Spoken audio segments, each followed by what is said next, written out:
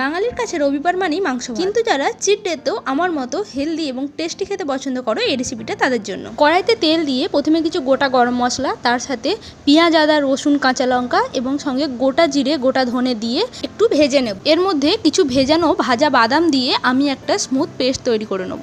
এবারে আমি চিকেনগুলোকে ছোট ছোট করে কেটে রেখেছি, সেগুলোকে আমি অল্প একটু নুন, একটু গোলমরিচের গুঁড়ো আর একটু লেবুর রস দিয়ে ম্যারিনেট করে কিছুক্ষণের জন্য রেখে দেবো। এবার প্যানে অল্প তেল দিয়ে আমি চিকেনগুলোকে অল্প করে ভেজে নেব। চিকেনটা ভাজা হয়ে গেলে আমি আর কোনো এক্সট্রা তেল অ্যাড করব না, সেই তেলেই আগে থেকে তৈরি করে রাখা পেস্টটা আমি এর মধ্যে দিয়ে দেবো পরিমাণ মতো নুন আর অল্প একটু হলুদ গুঁড়ো, দিয়ে দেবো কিছুটা টক দই। এটা একটু ফুটে আসলে এর মধ্যে আমি ভেজে রাখা চিকেনগুলোকেও অ্যাড করে দেবো। রান্না শেষে অল্প কিছু কাসুরি মেথি দিয়ে একটু নাড়াচাড়া করে আমি নামিয়ে নেব।